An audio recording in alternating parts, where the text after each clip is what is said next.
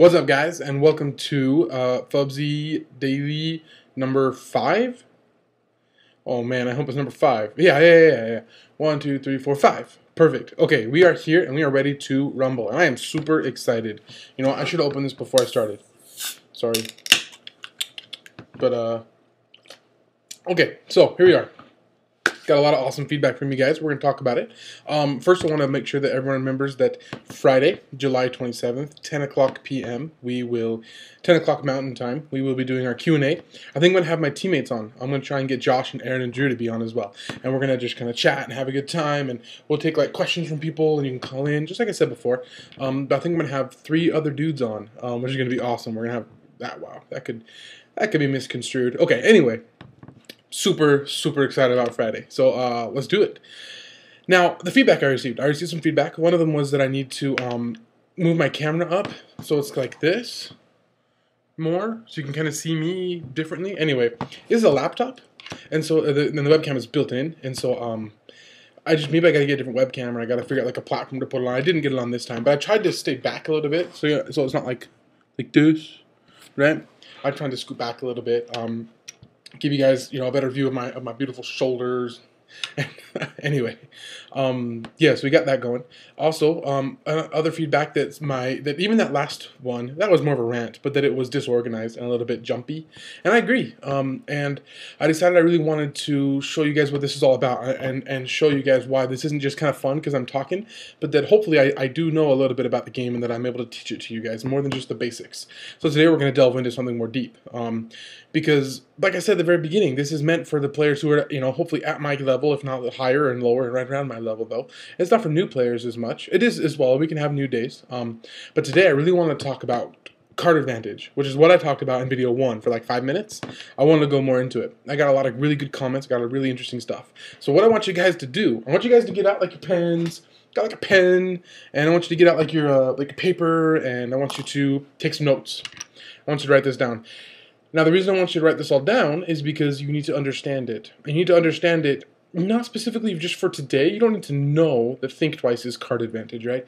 But you need to be able to evaluate cards in the future. You need to be able to look at cards when you're drafting, when you're playing sealed, when you're building your own decks, when new sets come out. You need to figure out what card advantage really is and what it really means. Another reason it's really important to know about card advantage is because that's one of the most commonly used phrases in Magic.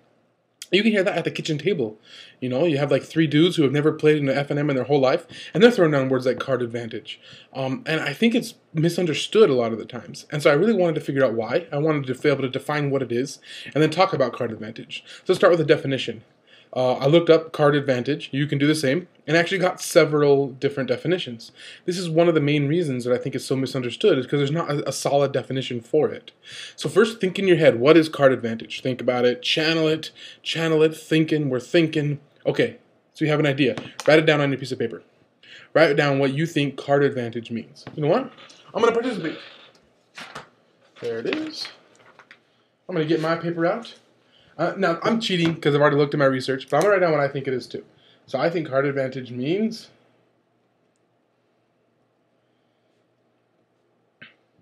I'm writing it down right now. Okay, so I'm putting, are you writing with me? You better be. Okay, here's what I wrote. Card advantage means to me drawing more cards than your opponent. Drawing more than your opponent. Now, this is what I thought card advantage was. That's what I thought, that's kind of what I thought it was before. No, I mean, I even talked about it a little bit, how it's actually not that, it's seeing more than your deck, but it's more than just that too. But that was what I kind of understood card advantage to be for a long time. And my biggest guess is that most of you wrote down either that, or you wrote down seeing more of your deck, which is what I said in video 1. And if you wrote down either of those, well done, that's not bad. But there's more to it than that. So here, I have 3 different definitions for card advantage. Okay, you ready? Here's number 1. You are closer to getting the cards to win the game than your opponent. All right. Now, oh, by the way, I pulled this off of many different articles, and I should have my sources to be able to cite better. I'm really sorry. I did this at work in between calls. I had a bunch of articles open, and I was kind of like relooking, and then I had an email open to myself, and I was just typing notes as I saw things. So anyway, so the first one: you are closer to getting the cards to win the game than your opponent. Not bad. Right? That's not a bad definition at all. It means basically the same thing as drawing more and seeing more of your library, right? Is that there are cards that you need, specific cards you're going to need to win this game. This is almost getting into philosophy a little bit, but the idea that in a game, right? And once you finally win that game, the cards you used to kill them were the cards you needed, right?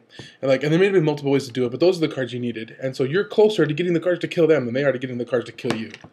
But that's not a complete definition, is it? So let's move on. I have another definition that I found. Card advantage means one player having access to more cards than another player. Well, that's a mix of what I wrote and what I said before, right? Drawing more than your opponent, and seeing more of your library than your opponent. They just combined it into this great phrase: having access to more cards than another player, or than your opponent. The last definition, I really enjoy. I really like it. I think it's pretty deep. The deck or player getting the best use from their resources. I really like that, because card advantage is more than just. It's more than just drawing cards or seeing more of your library. There's more to it, right? I got 7 things here we're going to talk about, and I could be missing something. But I want to go back to Monday night when I went to that tournament and talk about what I talked about with I was helping a kid test his Nyapod deck, and it wasn't his deck. He was borrowing it from another player there. This kid, by the way, he's awesome. He's like 10 or 11, but he's really good at Magic, and like he 4 O's FNMs and 3 1s FNMs all the time, and he's just great. And I think it's really cool because he spends his time at the card shop with playing with the Magic guys after school and stuff like that. His brother also plays Magic, but this little kid takes it more seriously than his brother does. But I like it because I think we're a pretty good influence. Our card shop is pretty great in terms of, there's definitely no drugs going on. Maybe outside or at night, but not in the shop, not even close. There's no drugs, there's no alcohol, people don't even really swear because it's a family shop, so I like to keep it, like family friendly for the most part. Not like you're going to get kicked out for saying "God damn it," right? But they just, you tone down the language. And there's a lot of really cool guys there and a lot of really neat people.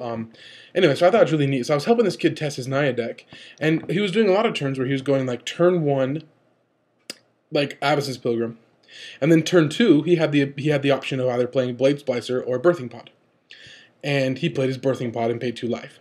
Then the next turn he played Huntmaster of the Fells, and the next turn he played Thragtusk, right? So the whole time the Birthing Pod was just sitting there. It wasn't doing anything. And I said to him afterwards, I said, it might have been better in that situation for you to play your Blade Splicer on 3 if you had this curve going. Because he had the other cards in his hand already. If you know that you're going to go 3, 4, and 5 tap out, or I guess turn 2, 3, and 4 tap out, then you need to use your resources better. You need to have used your turn 2 resources better than just having a Birthing Pod sitting there waiting to be ancient grudged. Instead, you should probably cast it when you could probably cast it and use it that turn, or like on turn 2 cast it, turn 3 use it. Right? Like play your Blade Splicer and then sack it to get a Huntmaster. That would be great. That'd be another really good way to use your resources. Not just sit the Birthing Pod there, let it sit, and then play like a Huntmaster and then a Thragtusk, and then finally use your Birthing Pod. And play the Blade Splicer, right? You just get more damage in like the other way. Now, of course, that was very situation specific, right? If they tap out so you don't have mana leak, maybe stick to Birthing Pod while you can, of course, right? But that was kind of a general sense, and I think that applies to this definition of card advantage: the deck or player getting the best use from their resources. So there, he didn't get the best, he didn't get the optimal use for his resources because his Birthing Pod just sat there not doing anything when it could have been a Blade Splicer and a token dealing 4 damage a turn. Does that make sense? I think that's really great. So also, making sure that you're casting your spells at the end of people's turns so you can use your resources most effectively. Hold up mana leak, they don't play anything, alright, then you get your Restoration Angel. That's like the new thing that Delver does. Not new anymore, but that's like what Delver's all about now. That's what Fairies is all about. That's what Cobblade is all about, right? Remember that Into the Royal and all that kind of stuff, using Stoneforge at the end of people's turns. It was awesome. I mean, just being reactionary like that. So those are the 3 definitions I got. Closer to getting cards to win the game than your opponent. One player having access to more cards than another player. Or the deck or player getting the best use from their resources. Those are all great definitions for card advantage. Which is the right definition? All of them, right? They all together are card advantage, and there's more. I'm sure you came up with one on your own when you wrote it down on your paper. They're all great definitions for card advantage, because card advantage isn't a thing. I've learned it's not a thing. It's not like a one specific thing. There's a whole lot to card advantage. So today we're going to go over the 7 types of card advantage that I have. That's right, 7. So you can number your paper 1 to 7, leave a gap. So like 1, 2, 3, 4, kind of like, I gotta pick this up, right? Like this. So that you can like write down stuff, right? Because we're gonna be writing down, we're gonna be learning. All the way to 7. And here we go. Let's talk about them first, okay? That way you can at least title them or whatever. And I'll put this on the screen. It'll already be up there. And we're going to go over them, of course, in more detail. But the 7 types of card advantage that I've found are drawing extra cards, which includes seeing more of your deck. I put those kind of together. We're going to talk about them at the same time. Even though they might be separate, you could put like 1A and 1B. I think they're very similar, right? Drawing extra cards, seeing more cards of your deck together. Number 2, forcing an opponent to discard cards. Number 3, 2 for 1s, or a better title, X for Ys, because it could be like 3 for 2 or like 5 for 1, or but X for Y. Number 4, sweepers, which kind of fit with X and Y, but they're different. Number 5, unfavorable combat. Number 6, virtual card advantage. And number 7, tempo. And tempo's a little bit different than card advantage sometimes, but it's similar enough that I included it as number 7. I was going to just have 6. I decided to include tempo as number 7. Okay, so let's go from the top down. If you didn't write them all down, that's fine. We're going to go over it again. Number 1, drawing extra cards. So, like, the best example of card advantage in the entire game is, of course, Ancestral Recall, right? 1 blue mana, instant, draw 3 cards. That's the winner, right? I mean, there's nothing better than that. I don't think there's a better card. There's not a better card advantage spell in the entire game than that spell. Just for 1, draw 3, right? So what happens is how card advantage works, and the reason people don't like cantrips, and a cantrip is a card that replaces itself, right? So like a Gitaxian Probe is a cantrip because you play the spell and you draw a card. There's no literal card advantage. There's no literal extra card there. In a lot of ways, you might as well have just played that other card, right? You're just drawing a card for a card. So with Ancestral Recall, you're paying a mana, and you're spending 1 card to draw 3. So you have 3, and you lost 1, so the 1 canceled itself out. You lost a card, gained a card. And then you gained 2 more cards. All instant speed, and all for 1 mana. That's what's so awesome about it. Think twice, you're losing 1 card, and you're getting 2 cards. So really, 1 and 2 cancel. Ooh, I almost flipped you guys off. So really, 1 card cancels with the other, and you have 1 extra card. This is if you use all your mana, right? Think twice costs 4. No, 5, just kidding. 5 to do everything you want it to do. So for 5 mana, you can do not quite what Ancestral Recall does for 1 mana. That's why it's so impressive. I mean, Ancestral Recall is just incredible. Now, of course, I know Jace's Ingenuity, 5 for draw 3. That's the closest we have to Recall nowadays, right? I mean, within reason. But that's fine. Anyway, so that's not the closest we have to Recall, right? That was dumb. We have like Brainstorm and Ponder is kind of. We have other cards that are similar to Recall, but not that similar, right? There's a reason that Recall is, well, there's a couple of reasons it's worth like $500. It's Power 9. I'm not going to tell you why Recall is so amazing. I just did, right?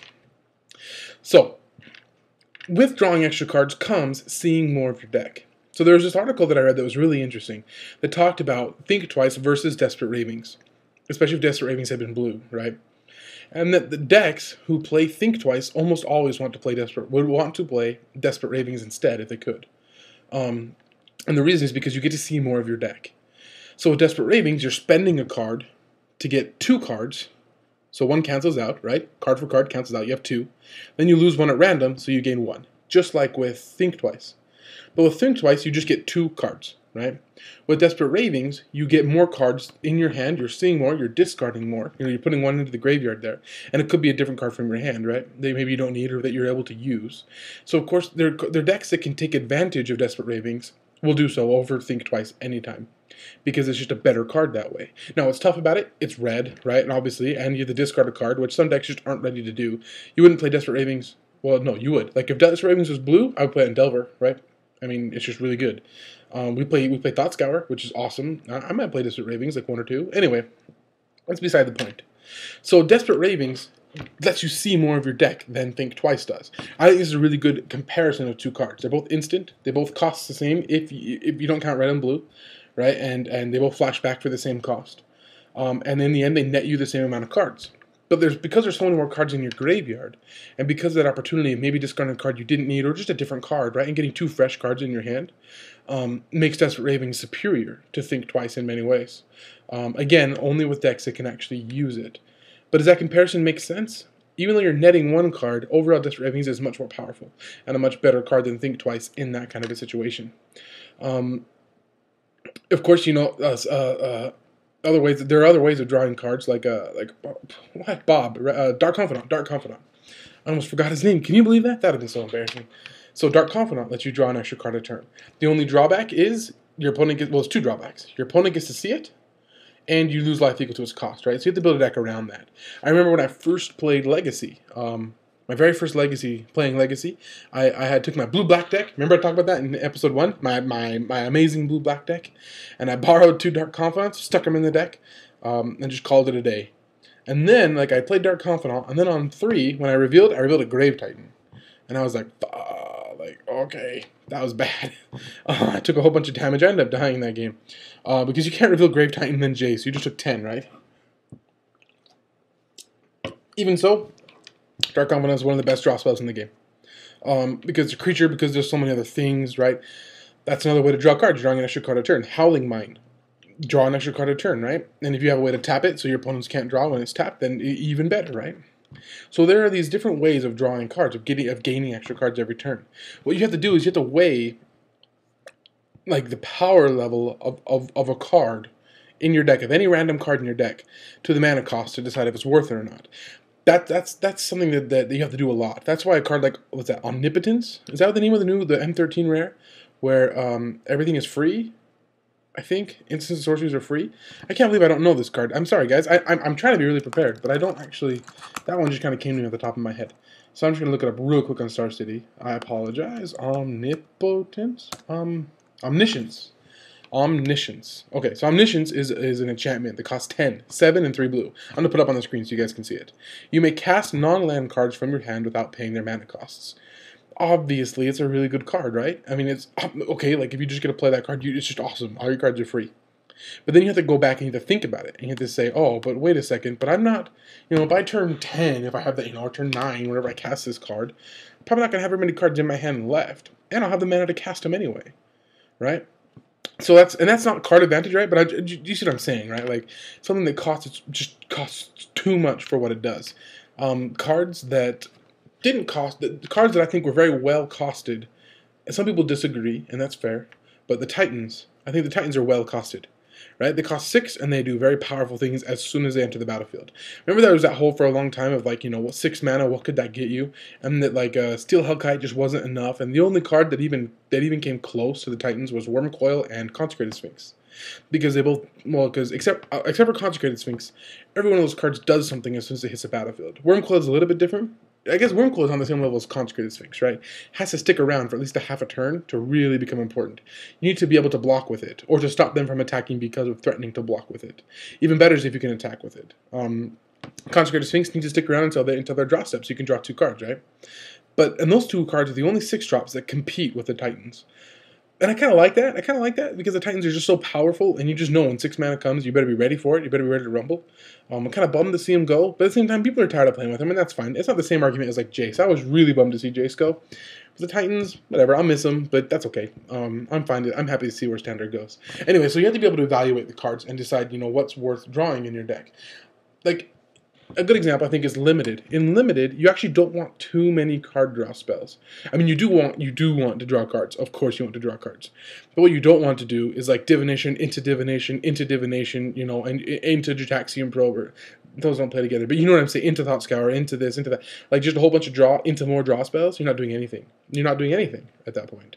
You're just drawing for the sake of drawing cards. It's actually not that great card advantage, unless you have a bomb, right? Like, if you draft, like, 1 bomb and then a whole bunch of cards, then draw, then that's fine. You're just drawing to get your bomb, and you just dig in for that, and there you go.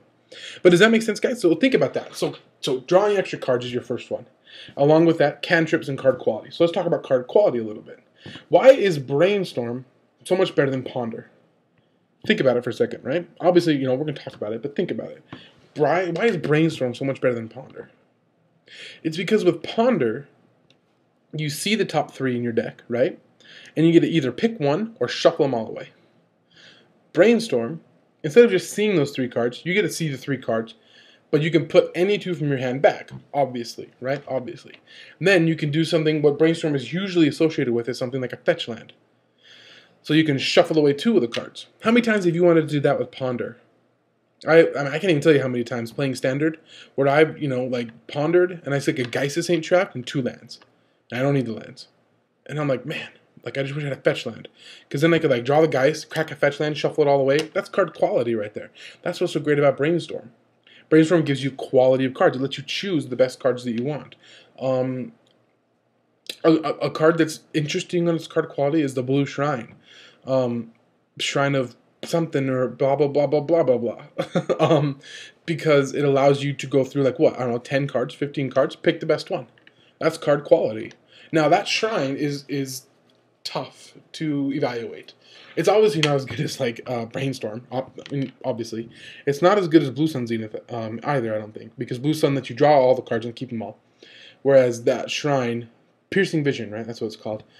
Lets you pick one card. It's not bad though, right? I mean, it's not bad. It just doesn't quite fit. It's just not as good as the other cards. But it's card quality, right? If you look at, I mean, like if you could tutor every single turn, you'd do it, wouldn't you? Be able to pick exactly what you drew every turn. That'd be pretty sweet.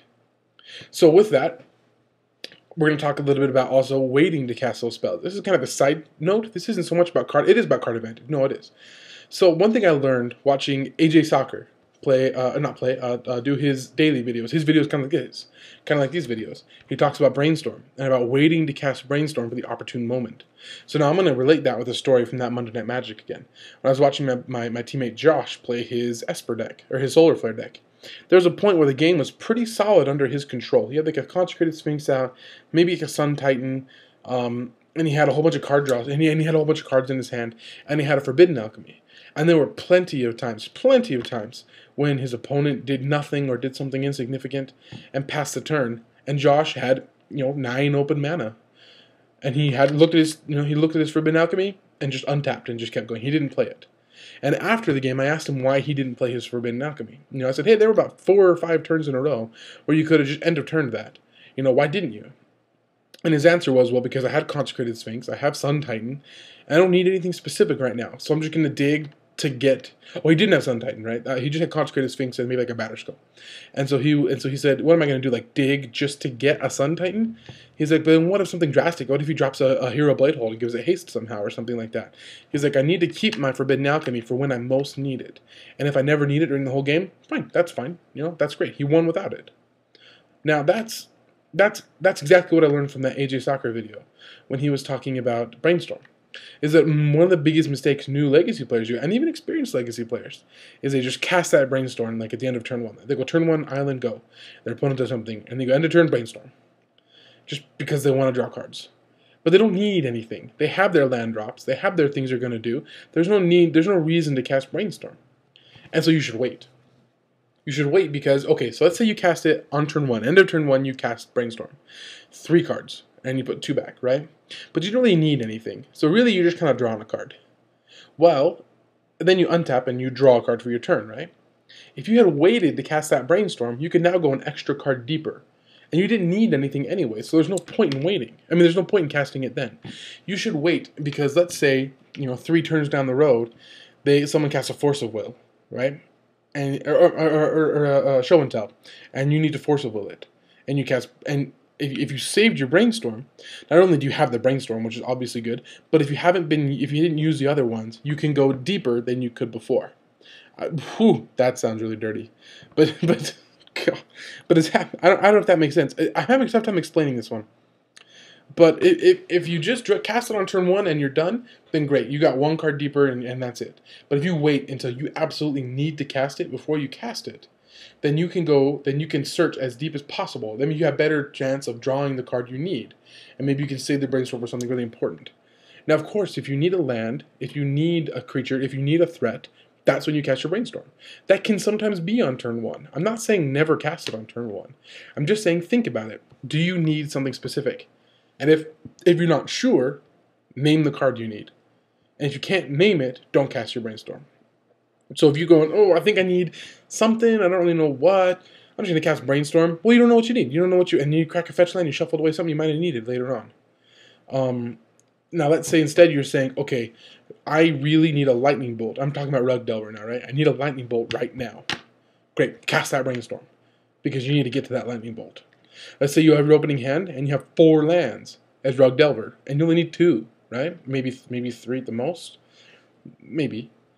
And you have a Brainstorm. Maybe then you cast it if you have a fetch land, because you can shuffle away 2 of the lands and get more spells. That's fine. That's fine. That's a good time to do it. Not the best time, but it's a time to do it. So there's a purpose. If you can name the purpose, cast the card. Cast the Brainstorm, cast the Forbidden Alchemy. If you're just doing it to do it, then don't worry about it. Don't do it. You'll be fine. And a good excuse is not to win more. That's the worst excuse ever. So in Josh's situation, he had a Batter Skull, he had a Consecrated Sphinx. His opponent had like, 8 Lingering Souls tokens, or maybe not that many. Not that many. He'd have killed the Sphinx. 5 Lingering Souls tokens. And he was just chump blocking every turn. Josh is fine with that. He's fine. He's winning. He's drawing 2 cards of Sphinx every turn. He's got this Batter Skull that he's doing, dancing around with or doing whatever he's doing with it. He doesn't need anything else to win the game. Or when he does, he can then draw it. But he didn't want to just cast it to get a Sun Titan to win faster. That didn't really matter at that point. He was in such control of the game. So if you're playing Rug Delver in Legacy, and you have a Tarmogoyf and a Delver of Secrets that's flipped, don't cast a Brainstorm looking for a Nimble Mongoose, right? You're winning. You're fine. Save it.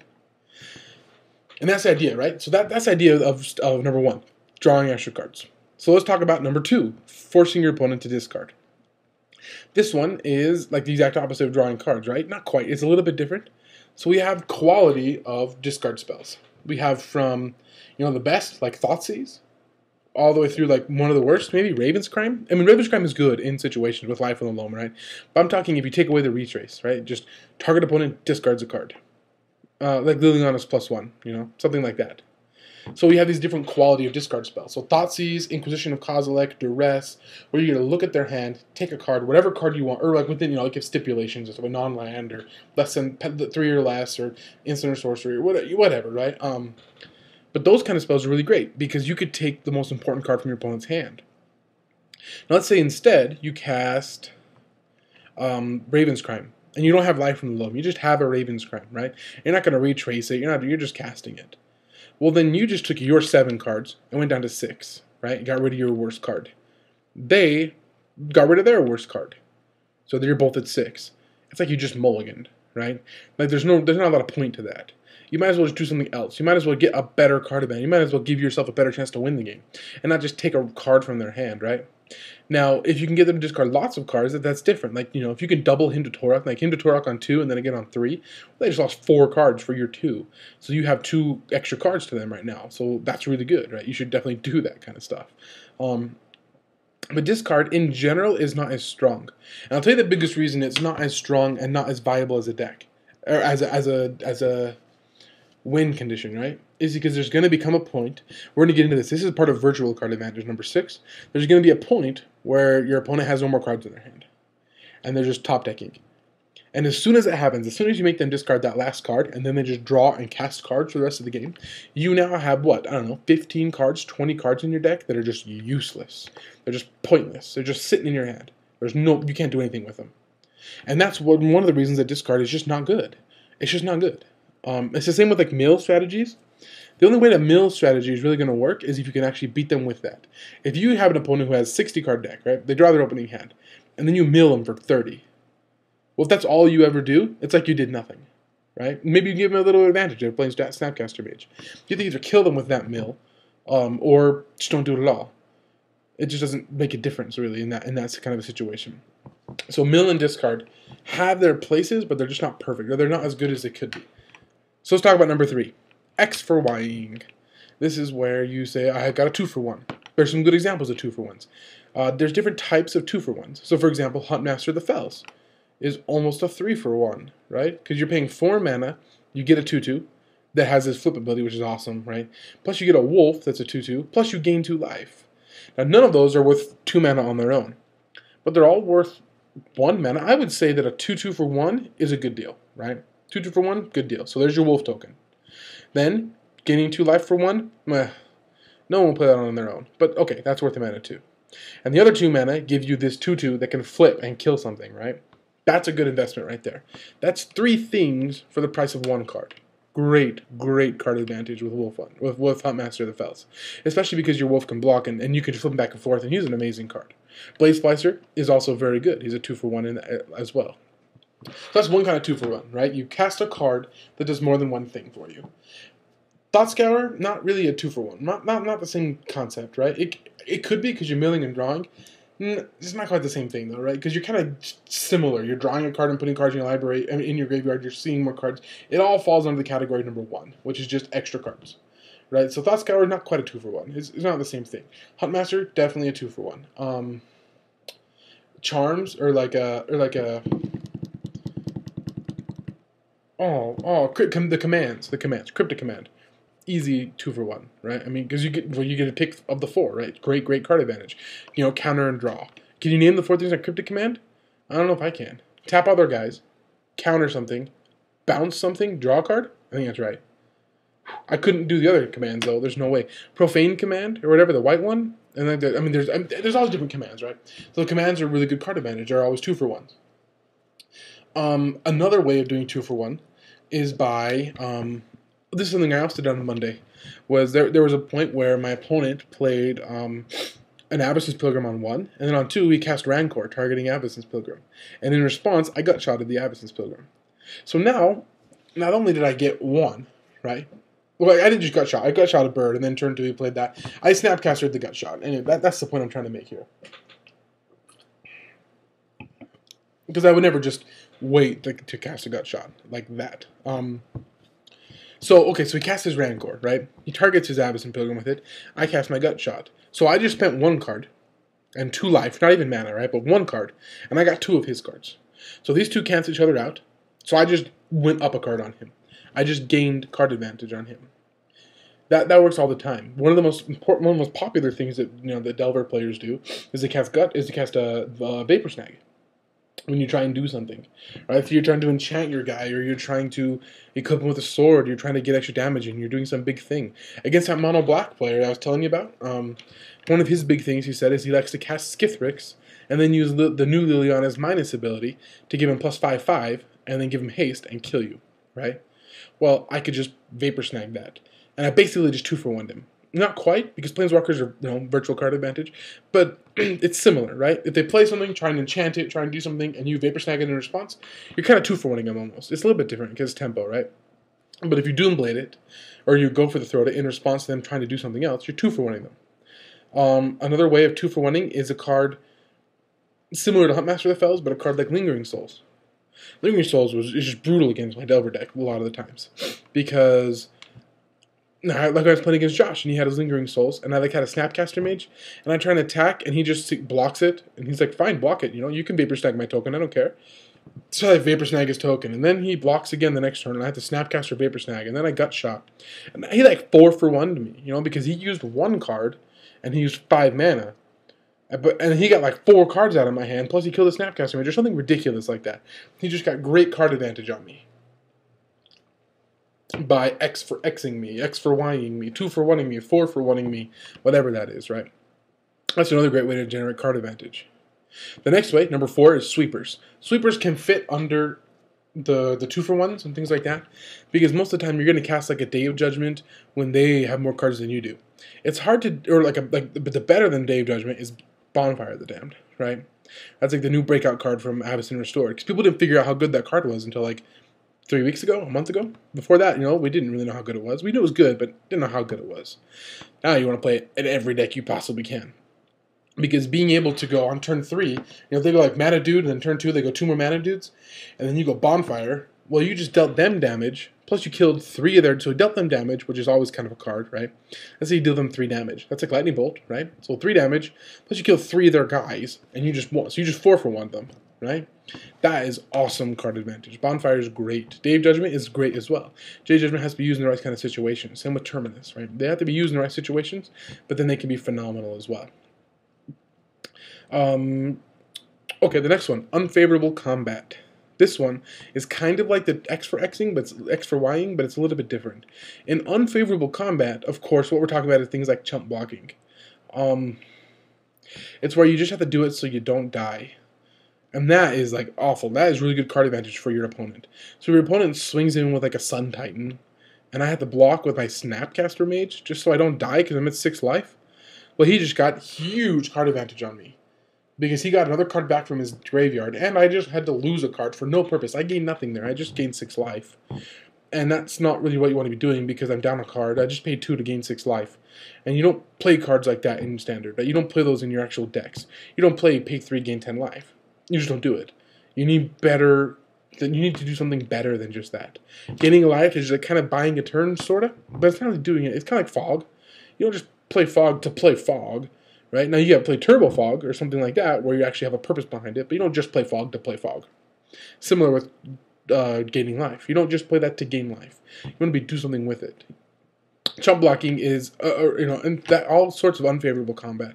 Gavany Township makes this really important, which means Gavany Township, in its own way, can be considered a form of card advantage. Not the same way that like Ancestral Recall is card advantage, but like I played it on Monday night. I played against an opponent and game one. That's how he beat me. I had like a Snapcaster and a Geist-Same Draft and an Angel, and he had a couple other things, and he just townshipped like 4 turns in a row, and I just couldn't do anything about it. There's nothing I could do. I didn't have a sword. I didn't have Vapor Snags. I actually had to sit there and watch and attack with my Angel, right? And I just couldn't beat him. He ended up killing me with it because he was just able to township every turn, and all of a sudden he's attacking with a 5/4 Thalia and then like a 4/7 Fiend Hunter, right? And that's unfavorable combat for me. So that's card advantage for him. Now it's slow, it's kind of grindy, it's not perfect, but it is card advantage in its own way.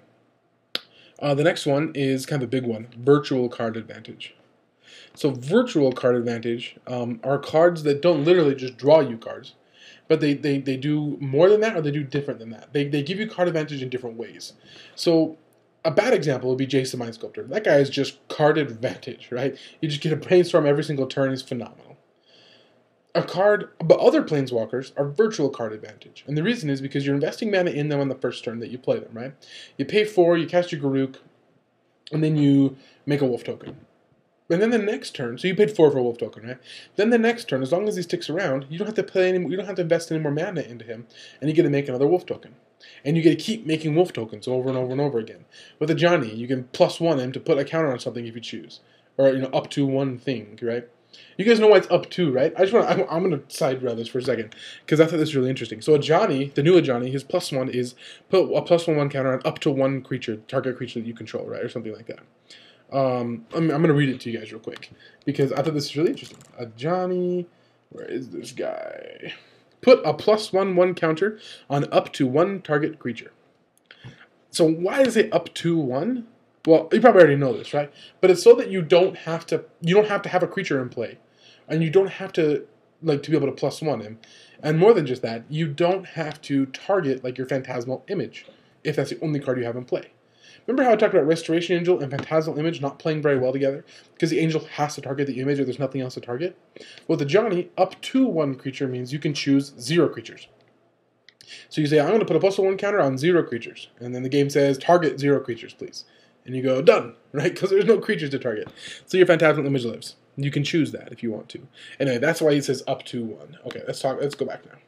So Planeswalkers, virtual card advantage. Because especially once they stick around and start chugging up and start doing their thing, they start affecting the board and you don't have to invest mana into them. There are some that have literal card advantage, like Tamio, or -2, draw cards, Jace, brainstorm. And there are others that have more card advantage, but not quite. Like the old Liliana, the oldest one. Or her +1 that you go find a card to put on top of the library. So you're tutoring every turn. You don't actually get to draw the card, but it's card quality because you get to pick the card you're going to draw that next turn. And then Liliana plus Jace was just awesome because you tutor, put a card on top, brainstorm, get that card. It was amazing. Another kind of virtual card advantage is the ability to nullify other cards. There are some examples of that. I can't think of the card name, and I could never think of the card name. But there's the card that says that flying creatures can't attack. That's kind of a virtual card advantage. It's not quite, but what you're doing is you're nullifying parts of your opponent's deck.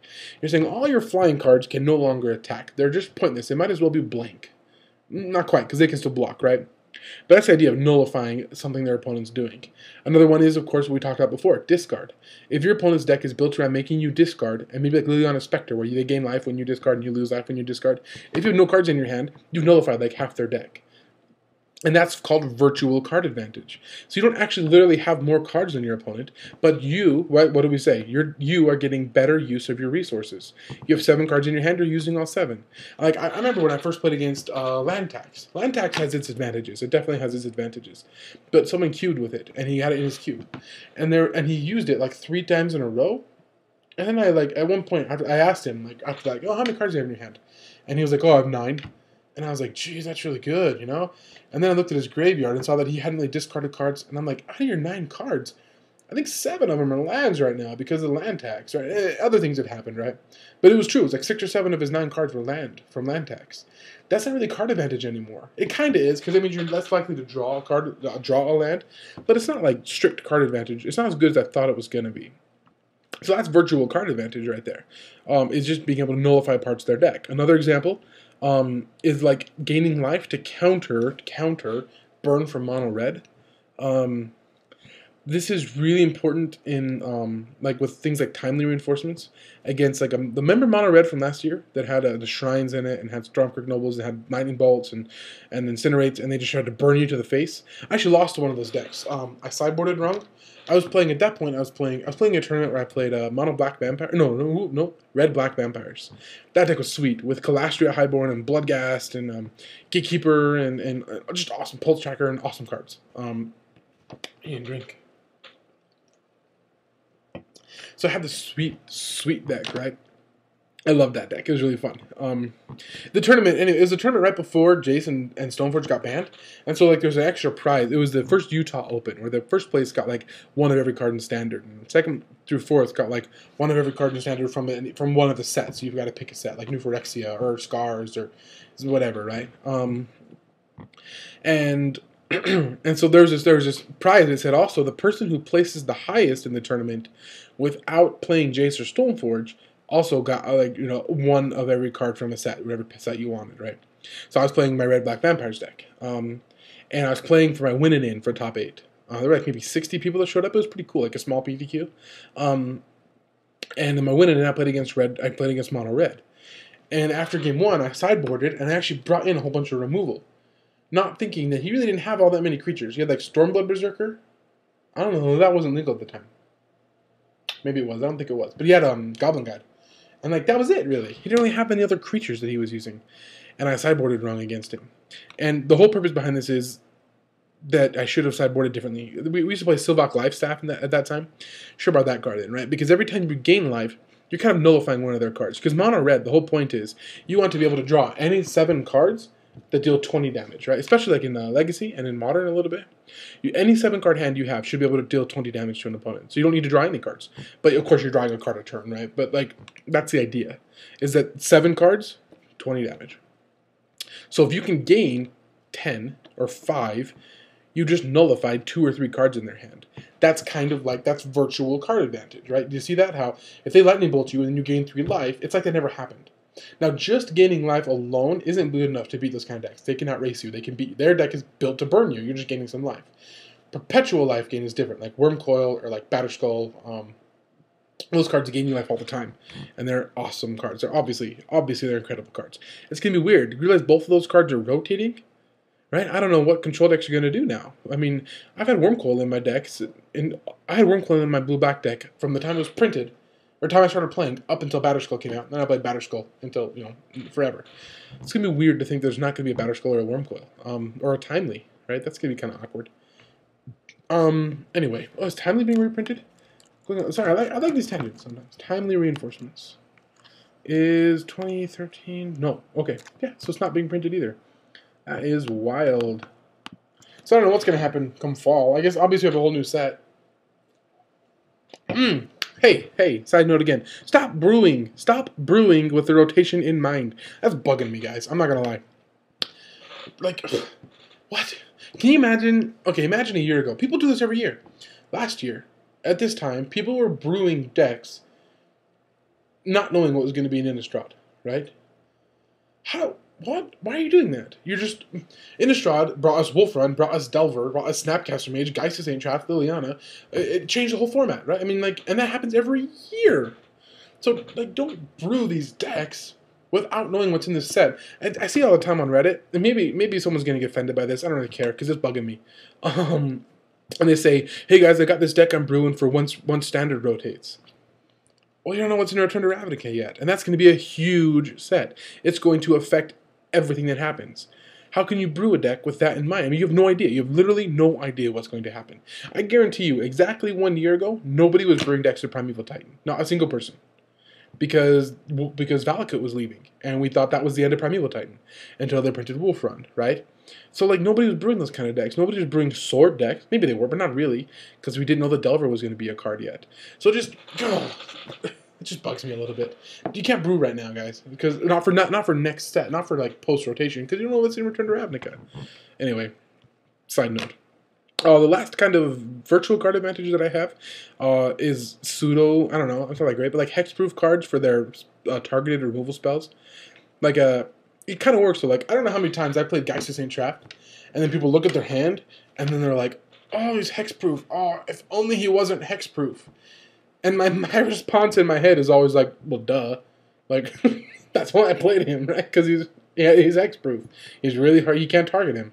He's really hard to kill. Now sweepers would kill him, right? But sweepers kill your creatures too. You know, you can block him and all that kind of stuff. But you can't galvanic blast that guy. You can't double gut shot that guy. I mean, that's why he's so good.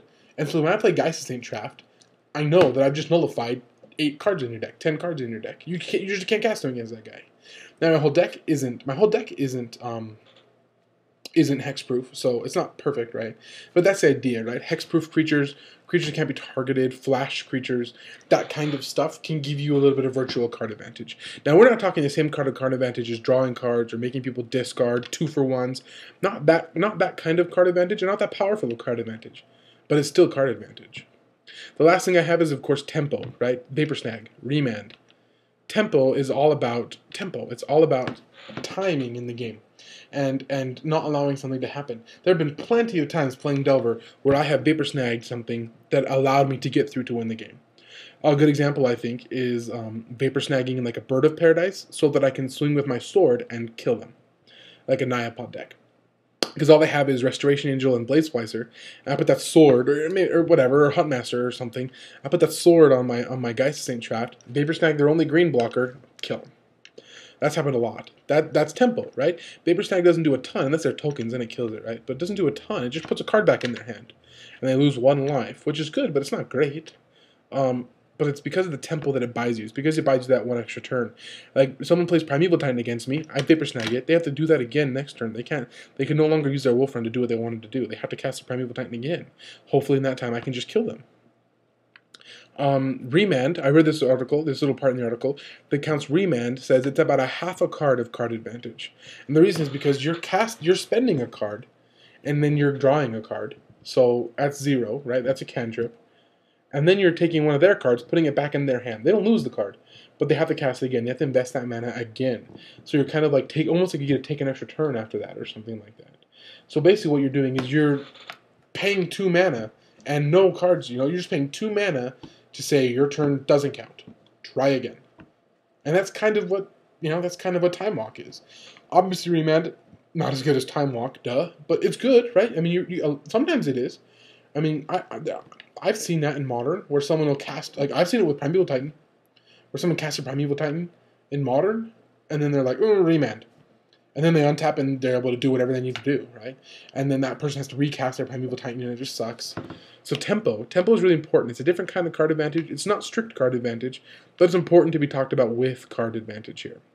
So let's talk about these again. So we have drawing extra cards, forcing your opponent to discard, 2-for-1ing or X-for-Y-ing, sweepers, unfavorable combat, virtual card advantage, and tempo.